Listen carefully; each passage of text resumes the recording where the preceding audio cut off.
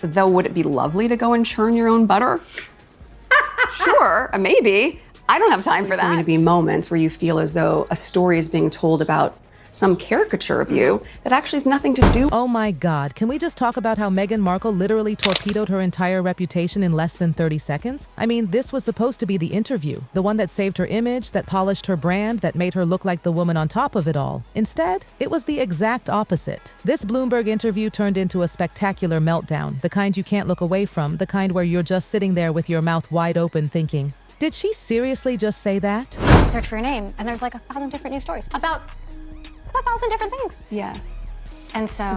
She delivered one single answer that had everyone screaming at their screens. And listen, it wasn't even the question people expected would trip her up. She looked dead serious and said, I don't have time to make dinner every night. Hold on, what? This is Meghan Markle we're talking about. A woman with no official job, married to a prince who also doesn't have a job, living in a $14 million Montecito mansion with a full staff and multiple nannies. Despicable new interview with Emily Chang from Bloomberg, an interviewer who wasn't... And she doesn't have time to cook dinner? The internet collectively lost its mind. And believe me, that wasn't even the main course of this disaster. It was just the appetizer. Because what came next made that first line look innocent. Meghan sat there pretending she had never, ever heard any of the criticism that millions of people have been saying about her for months. She acted like she was floating above the drama, untouched. And then, as if that wasn't enough, she doubled down by expecting fans to basically worship her empty jam jars like holy relics. Yes, you heard me, empty jam jars.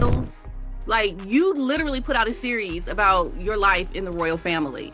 How she takes blame. And then came the kicker, the slip that exposed the real reason Netflix cut her deal. That was the moment the facade cracked and the whole thing spiraled into a full-on disaster. But the absolute moment that broke the internet, the one that had everyone replaying the clip in disbelief, it was her so-called childhood memory. She thought she was being relatable, charming even, but instead it exposed exactly who she really is. And let me tell you, it was darker than anyone imagined.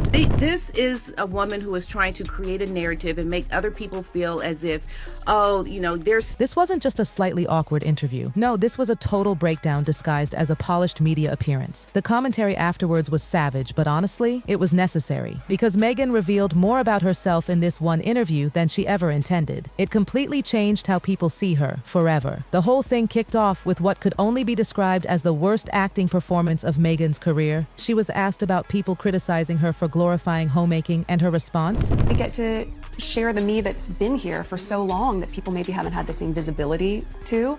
Coming back on Instagram. Oh, it was pure theater. Eyes wide, fake shock, feigned innocence. She actually gasped. Oh, really? That feels odd to me. I mean, I hadn't heard that, girl. Stop. You hadn't heard that? The criticism that's been plastered across social media for months? Are we really supposed to believe that? The commentary nailed it. Why does she always do this? This whole fake, oh gosh, they're saying this about me? I definitely hear what you're saying. I think Emily Chang knows that the act. It's like she's auditioning for an audience, desperately trying to sell this illusion of being shocked and clueless, when in reality, everyone knows she's fully aware. And here's the thing, it's not even the first time she's pulled this routine. This fake innocence is practically her trademark at this point. Over and over again, Meghan pretends she doesn't know, she hasn't seen, she hasn't heard, all while coming prepared with lengthy, polished answers to critiques she claims she's never encountered. The monarchy will survive this, come what may, but I think there is a sort of sadness.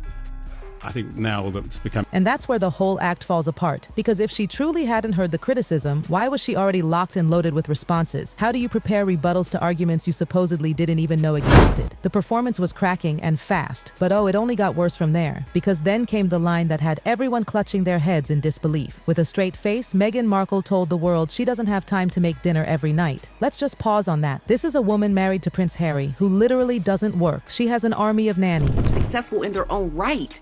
This was just a second nature thing that they're doing. Meghan is coming off the... She has staff handling every corner of her luxury Montecito mansion. She has resources most people couldn't dream of. And she's telling the world cooking dinner is impossible? The disconnect from reality was jaw-dropping. The commentary hit it perfectly. It's what everyone was thinking but couldn't believe she actually said out loud. And just when you thought the whole "I don't have time to cook" thing was as bad as it could get, Meghan pivoted. She casually bragged about how she's really good at ordering takeout and plating it beautifully. I mean, can you even? So let's get this straight. She doesn't have the time to cook food for her family, but she has all the time in the world to artistically arrange Uber Eats on plates. The disconnect was staggering. People online were practically screaming, "What do you even do all day?" Her husband doesn't have a job.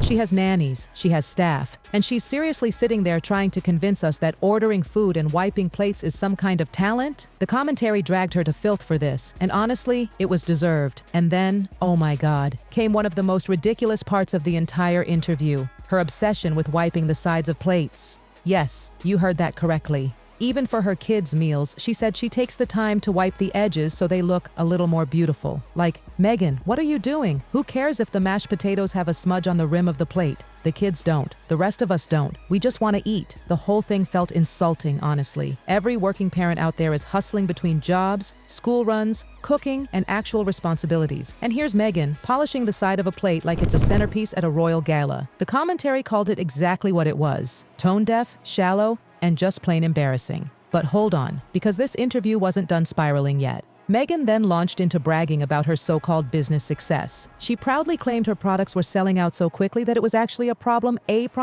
Girl, please. And then she let it slip. Her big success was going from selling 10 units to 100. That's right, 10 to 100. That's not scaling a business, that's a glorified garage sale. Yet she presented it like she had conquered the global market. The commentary absolutely shredded this delusion. She kept talking about her products being sold out. But of course they were. When you're only making 10 or 20 at a time, selling out doesn't mean demand is high. It means supply is laughably tiny. And then came her wildest claim yet, the infamous million-jar revelation. According to Meghan, they suddenly needed to place a purchase order for 1 million jars. But here's the math problem that broke the internet. If you're only moving a few hundred units, why in the world would you need to manufacture 1 million? The commentary called it for what it was. She was faking scarcity, playing this little game of we're sold out while deliberately keeping the numbers small. When pushed about actual scale, her numbers didn't just wobble, they collapsed. And the kicker? It wasn't even her recipe. She rambled on about scaling her home recipe, about the challenge of keeping the flavor consistent when going from homemade to mass production, as if she was out there in a kitchen with pots and jars, personally overseeing every step. The commentary stopped her in her tracks. This isn't your recipe, Meghan. You didn't invent jam. Stop trying to act like you did. And then the truth slipped out. Her jam is manufactured by the Republic of Tea Company. Yes, a company that already makes products like this professionally. All Meghan did was slap her name on the label and call it authentic. The entire grandmother's recipe storyline, pure fiction. And still, she had the audacity to talk like she was some kind of expert in food science. She even said, "I'm going to get a little nerdy and jammy with you," as though she was personally in the trenches of preservation and canning. The reality? She literally hired people who already know how to do it. The commentary nailed it. You don't need to pretend you're the mastermind behind the process. Nobody expects you to jar jam yourself, but Meghan can't help herself. She has to be seen as the genius, the visionary, the expert, even when she isn't. But this fake expertise was nothing compared to what came next, because suddenly, the interview swerved into something darker, something that exposed Meghan at her core. She was asked about her pricing strategy, and instead of giving a real answer about market research or customer value, she launched into a bizarre childhood memory. She said when she was in high school, working an after-school job, saving money with her father's help, her big goal, wait for it, wasn't to save for college or to help her family or to buy something meaningful.